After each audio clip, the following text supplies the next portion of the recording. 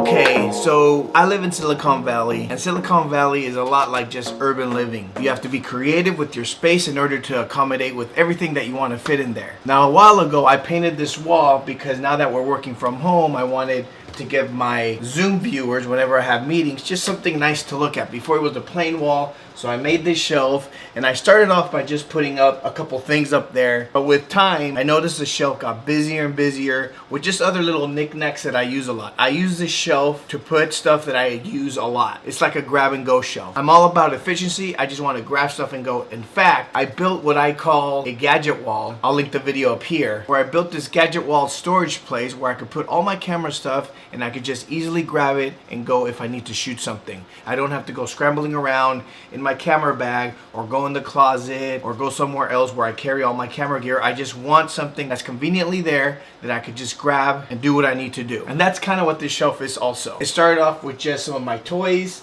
a plant, my camera, my lens, and now there's a bunch of other stuff that I still need and use, but it's starting to look very messy. So I think what I want to do here is something that I've had in mind. I want to build a big, thick, floating shelf, like one big piece of wood that's thick. I love that look, but I don't want it just to be a shelf. I want it to be more functional. So I thought, I wonder if I could build a thick shelf that can also act as a storage room. The shelf that I want is pretty thick, so I'm thinking if I build it thick enough and I make the front of it open and close, I could use the inside for storage for like wires or just little stuff like this, and have my main display stuff at the top. That'll keep things clean, organized, and it'll look good. So come with me, let's try to build this, see if it works. I have no plans for it, I'm just gonna build it, and I'll be explaining exactly how I built it. It's gonna be pretty simple, not gonna need any fancy tools. So come with me in this journey to building this shelf.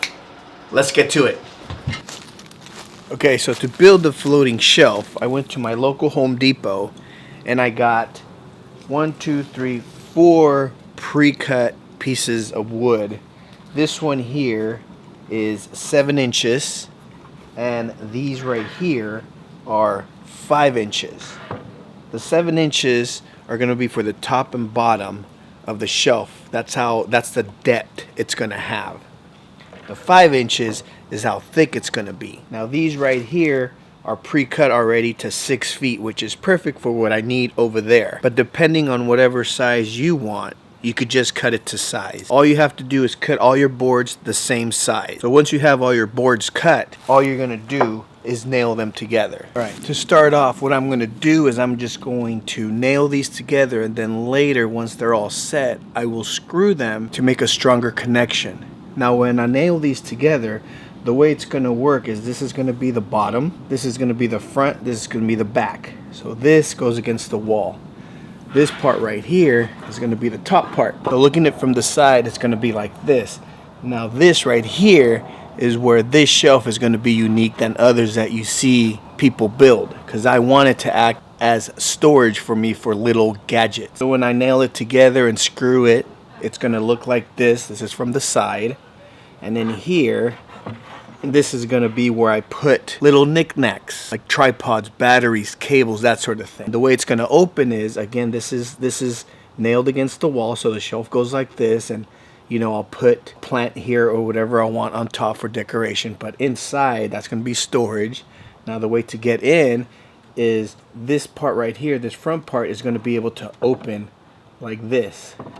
Open and close like this. So let's nail it all together, and then I'll show you what type of hinges and magnets I'm going to use to keep this, to make this be able to close and open.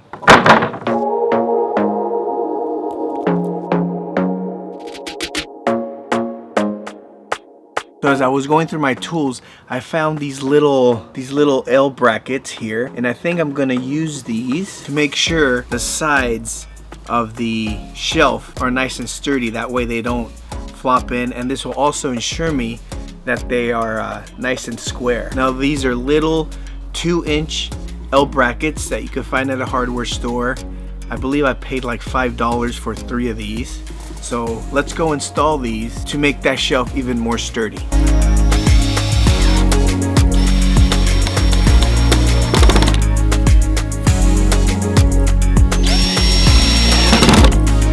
putting on the bracket for the top side, you got to think ahead on how you're going to attach these in such a tight little area like this. So what I'm going to do is I'm going to align my L bracket like this. Now I'm going to very carefully mark with the Sharpie where the screws would go.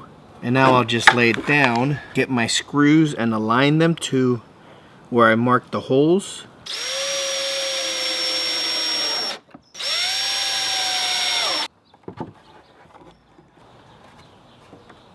And now I have very easy access to attach the L bracket to the back side. Now the wood you get at any hardware store is not perfectly straight, so I'm going to use this clamp right here to make sure that everything's connected nice and tight before I nail this side.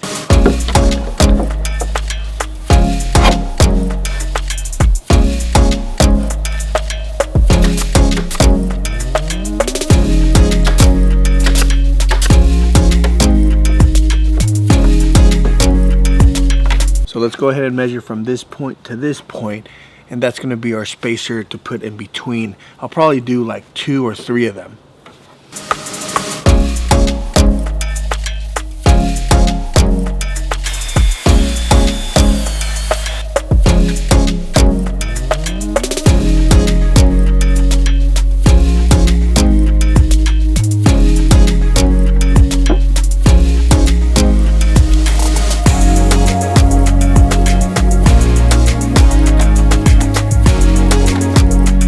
That's pretty much it. See, these are just spacers again to keep it open so the front fits, but now I could put stuff, endless amount of stuff, you know, in the back.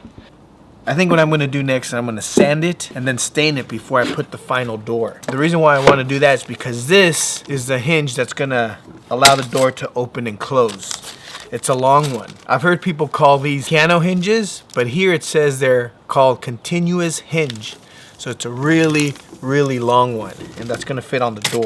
Another thing to keep in mind when you're building these shelves is that this wood is not perfectly straight. It does have its imperfections, so when you're putting this, pay attention to which side is nicer, which side is more flush. So here we have this little lip right here that kind of hit. I am gonna try to sand that as much as I can, but this side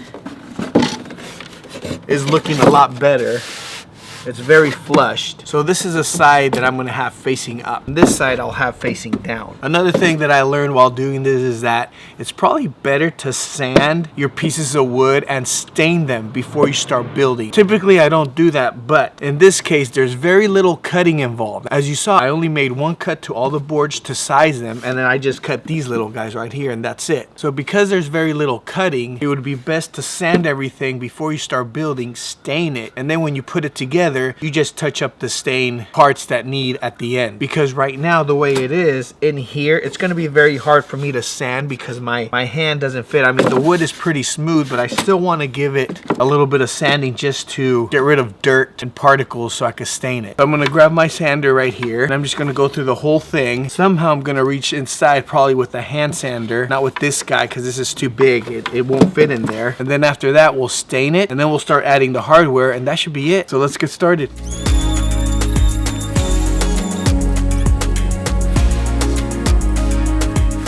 Alright, everything is nice and smooth now. Now the only thing that I've done so far is put some small nails in here to hold everything together. Another thing I recommend doing that I didn't do is gluing your pieces of wood together and then nailing them. So now that I know everything fits good and I didn't put any glue, I'm going to throw in some screws here and there just to hold everything tight. Even if I were to glue it, I think I would still do the screws just so I know everything's nice and snug.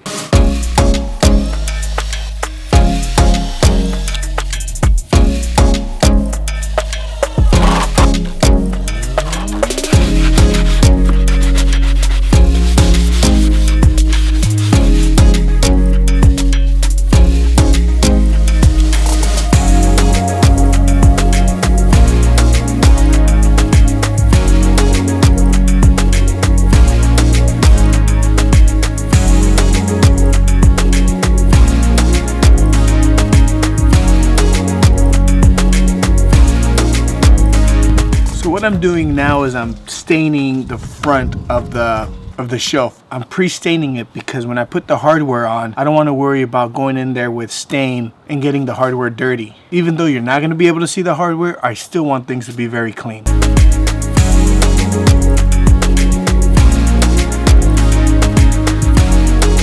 Alright guys, like I said before, I highly recommend you stain everything first before you putting it together.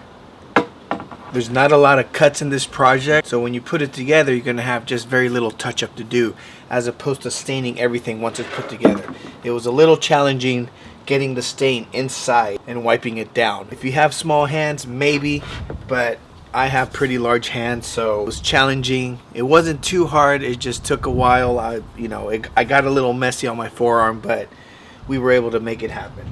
Alright, the next part is to put the front. I'm ready to put the front. I'm ready to install this piano hinge. You could get these in different sizes. If your shelf is not that long, you could just get one like this and you could just cut it with some pliers. They're pretty flexible, very easy to use. This one comes with its own screws, so that's nice. When you install this, just make sure you know which face of the wood do you want. Obviously pick the nicer face, one that's not too distressed. So for me, it's going to be this side, so I'm going to make sure I know that when I install it. Last thing you want to do, screw in all the screws, and then you find out that it's not the right size that you want it. Also make sure what part is going to be the top of the shelf and what part is going to be the bottom. So for me, this part is going to be the top because it's a little nicer than this side. So this side is going to be the bottom. It's not that visible, so I'm going to go ahead and flip this over, and that's it. Now I know everything is in place, so let's go ahead and install this guy. Since this strip is a little long, if it's flimsy, so one thing I'm going to do is I'm going to use tape to hold it in place while I drill the holes and screw it all together. That way it's not wiggling around and I can make sure it's a good fit.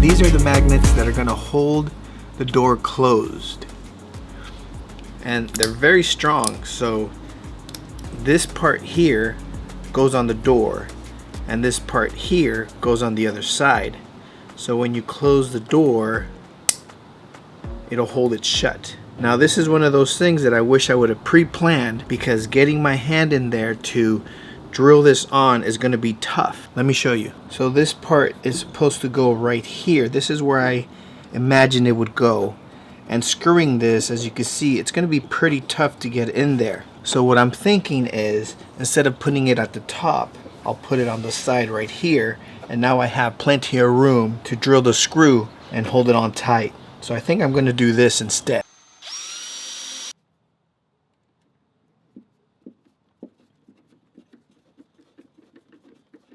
Alright guys, installing the magnets was not that bad actually, but I would still pre-install them before. There is a little play that you have to adjust once you add them on, but they're pretty easy to install. And here it is. It opens up and it closes. So now I could put my showcase stuff up here, anything I want to show, like a lens, a plant, and all my wiring can go in here. And that'll just help keep everything nice and organized. Alright, next step is to get the old one down and install this one up.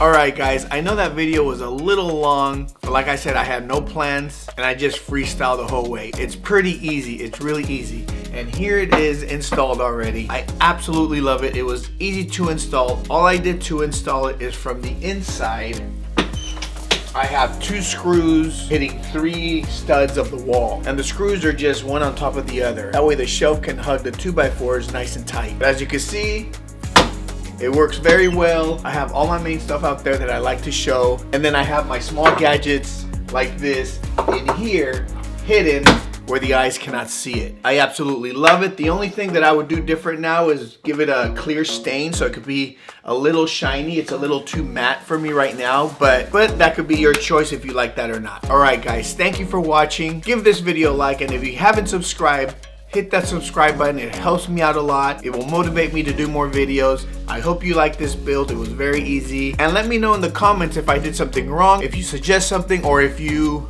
have any questions regarding the build at all. All right, guys, talk to you later. Peace.